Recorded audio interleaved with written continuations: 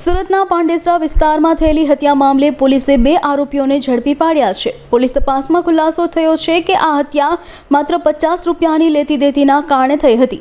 મૃતક ભગતસિંહ રાજપૂત રાત્રિના સમયે કામ પર જઈ રહ્યો હતો ત્યારે તેના મિત્રો બિટ્ટુસિંહ અવધીય અને ચંદન દુબેએ તેની પાસેથી પૈસાની ઉઘરાણી કરી હતી, જેના કારણે થયેલી બબાલમાં તેનું મોત નીપજ્યું હતું। આ ઘટનામાં મૃતકનો એક મિત્ર પણ ગંભીર રીતે ઇજાગ્રસ્ત થયો હતો।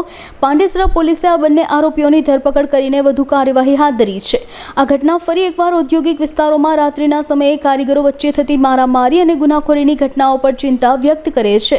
પાંડેસરા પોલીસ સ્ટેશન વિસ્તારમાં તિરુપતિ સર્કલ પાસે 17 સપ્ટેમ્બરના સવારે 12:30 વાગે 7 દોસ્તો એક સાથે ભેગા થયા હતા અને આ લોકો આ 7માંથી એકના બર્થડે હતા, તો આ માટે પાર્ટી કરવા માટે એક હોટેલના રૂમ બાબતે આ લોકોની કઈ માથાકૂટ થઈ હતી કે અમને તમે 50 રૂપિયા આપી છે તો 50 પરત કરો। આ બાબતની લડાઈમાં આપસમાં એકને બીજાના મર્ડર કરી નાખ્યા અને બીજાને પણ ચોટ લાગી છે, તો આ બાબતની ગુના પાંડેસરા પોલીસ સ્ટેશનમાં દાખલ કરી છે।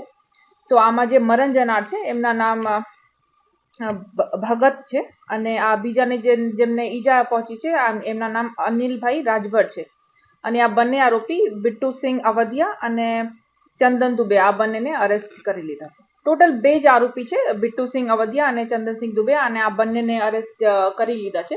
અને જેમ કે હું કહ્યું, આ લડાઈ બેસિકલી 50 રૂપિયા એક અનિલ રાજભરને બિટ્ટુને આપી હતી અને આ પૈસા પરત માંગતા આ બાબતની લડાઈ હતી। અને આ જે મરણ જનાર છે ભગતભાઈ, એક વાઇપરની લકડી ઉઠાઈને બિટ્ટુને મારતા હતા અને ત્યારે ચંદન દુબે અનિલભાઈને પકડીને રાખ્યા હતા, તો આ બિટ્ટુ ઉશ્કેરાઈને ચાકુ ભગતને મારી નાખ્યા અને ભગતની મોત થઈ ગઈ અને અનિલને પણ ઈજા પહોંચી। ચાકુ એમની પાસે જ હતા। 2 ના બર્થડે હતા અને આજ 16/9/25 ના રોજના બર્થડે હતા અને ઝઘડા બસ કે પાર્ટીમાં આ 50 રૂપિયા એમને આપી હતી અને પરત નહીં કરતા હતા, આ બાબતની જ નાની લડાઈમાં કૃત્ય થઈ ગયું।